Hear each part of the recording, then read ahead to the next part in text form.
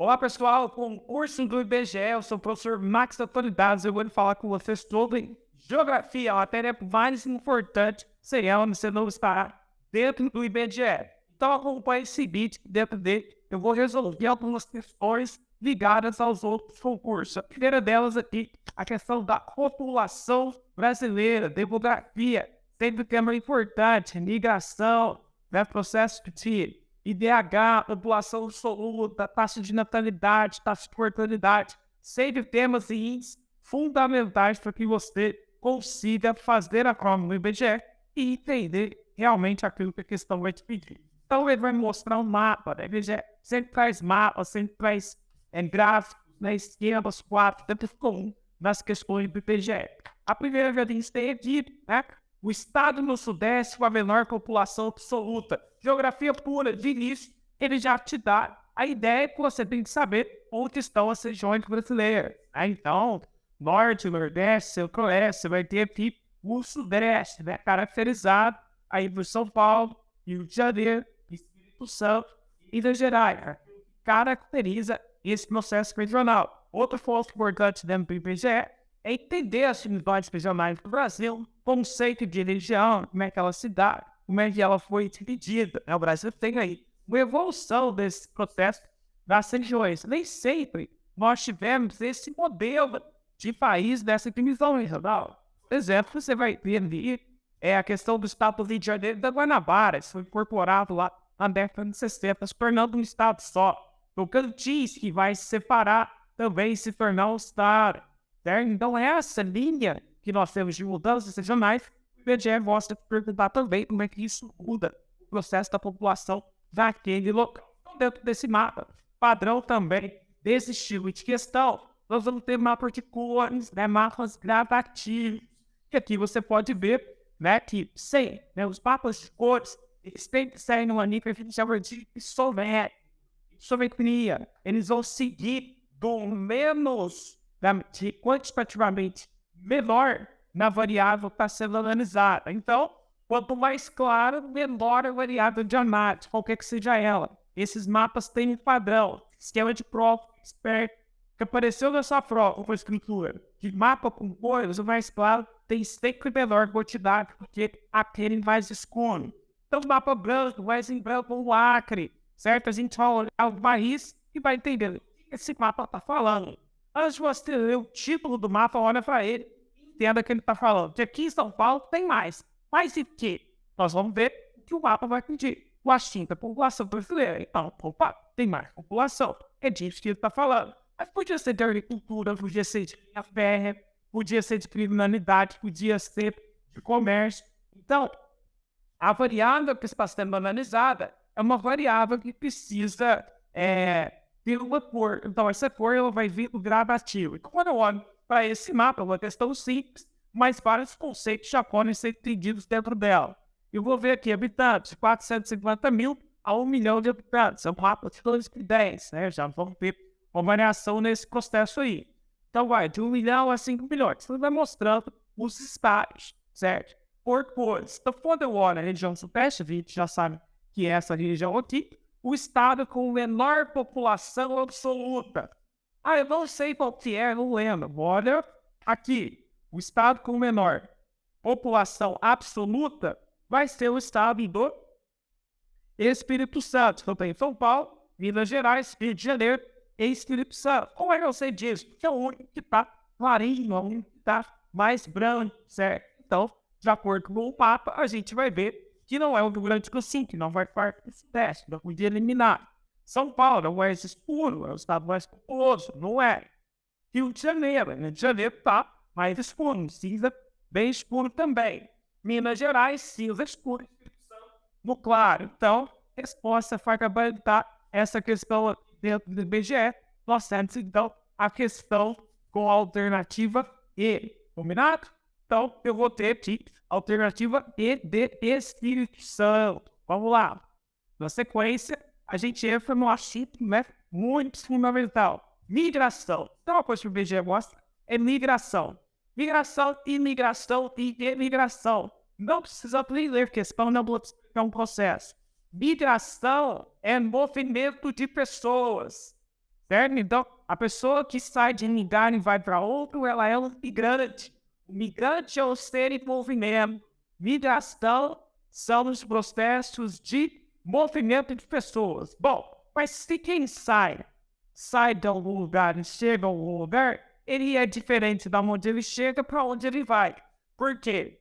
Quem sai é um emigrante e quem chega é um imigrante. Eu saio do Brasil e vou morar na colônia. Saí do Brasil, eu sou um imigrante no Brasil. Estou saindo, né? Quando você pega ali o prefixo saída, né? Então, eu sou um imigrante, estou saindo. E o imigrante aqui chega no local. Então, o imigrante é sempre um imigrante numa área e imigrante na outra, certo? Então, os movimentos migratórios são os movimentos das pessoas saindo de um lugar onde quem sai é imigrante e onde chega é imigrante, beleza? Conceito fundamental, anota isso aí. Vamos lá. No Brasil, durante muito tempo, as migrações internas do norte, do sul e do mundo rural para as cidades constituíram uma tentativa de resposta individual à extrema pobreza de algumas regiões. Fator de diversificação do tecido social e de desenvolvimento de associações e ONGs. Essa mobilidade contribuiu para a riqueza do sul, assim como para a expansão das favelas urbanas. A esses eventos devem se acrescentar hoje fundos populacionais mais diversificados. Então, o que ele está querendo dizer para a gente nessa questão? Que durante muito tempo as pessoas saíram da região norte, né, atingiram para o sudeste, para o sul do Brasil, em busca, né, de melhores condições de emprego, né, em busca do sonho paulista, em busca de estruturas industriais e tudo mais. Entretanto, né, a gente percebe que hoje a gente tem fluxos populacionais mais diversificados. Na atual realidade brasileira, ocorre um novo e recente sítio populacional. Então, vamos lá. Um novo e recente. Então, vou ler para mim. Movimento pendular. Movimento pendular. Ó o vendo, ó, certo? Notícia nova. Vendo, certo? Movimento pendular. Eu saio e volto. Vou e volto. O que é esse cara? É o cara que mora no Jundiaí, trabalha em São Paulo, vai e volta todo dia. É o cara que trabalha no Rio de Janeiro, vai para Niterói, vai e volta todo dia. É o estudante universitário que mora na região metropolitana, vai e volta todo dia. É o cara que trabalha nas fábricas em Diadema, mas mora em Santo André, vai e volta todo dia. Vamos ver que pena. Isso é um movimento recente, novo, movimento antigo, né? A migração pendular. Mora numa cidade mais de vida mais baixa e trabalha para outra. Êxodo rural, esse é um movimento bom, recente, não. O texto justamente fala que o movimento ele já vem há algum tempo. Então, o êxodo rural é um movimento no Brasil da década de 60 e 70, principalmente, é um grande erro no processo da industrialização tardia que urbaniza as cidades. Então, é um movimento novo. Bom, quer ser migração de retorno. Opa! Esse é um movimento novo, migração de retorno. O cara foi, mas está voltando. Por quê? Ele foi atrás de emprego, está conseguindo. Ele foi atrás de emprego, está vendendo muito mal. Então ele veio buscar o sonho paulista, o sonho sulista, chega aqui e não consegue e volta para a terra dele. Então ele volta para o centro-oeste, ele volta para o nordeste, ele volta para o norte, por exemplo. Porque no sul você não está tendo a qualidade de vida que se esperava. Está perigoso para cá, ele está desempregado. Então ele acaba voltando. Migração de retorno. É uma migração que foi acabando dando certo e voltou. Ou deu certo, mas não foi suficiente. E ele acaba retornando. Migração de retorno. Letra C importante. Migração de retorno. Anota aí. Bom, é a C, tá? Migração de retorno. Opa, mas eu tenho a B. Transhumância. O que é transhumância? Opa, bom, hein? Transhumância, galera, é uma migração por trabalho. Então o cara fica 6 meses trabalhando numa colheita do centro-oeste, depois ele volta à casa dele. Então ele fica um período, é diferente do pé, é venda diária, certo? A transhumância tem um período maior, a estação do ano, um período de temporada no Nordeste. O cara se desloca do agreste nordestino, do sertão nordestino, e vai para a zona da mata trabalhar durante um período naquela estratégia de conseguir o melhor emprego na alta temporada. Depois ele volta. Então, a transhumância é uma migração por necessidade de trabalho, mas vai e volta, certo?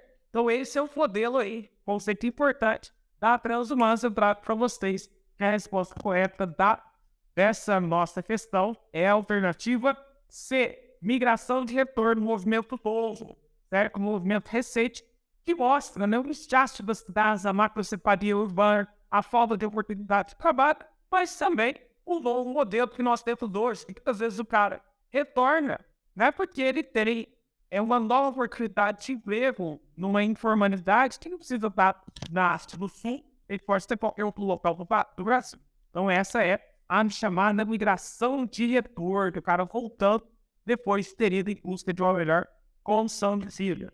Migração e migração e migração de novo, lembra? Tema importante, né? A gente traz aí esse tema pedido para a Sebrasp, tá? Nós vamos lá no mesmo processo. Quem migra, sai de um lugar, vai para outro. Imigrante chega e imigrante sai.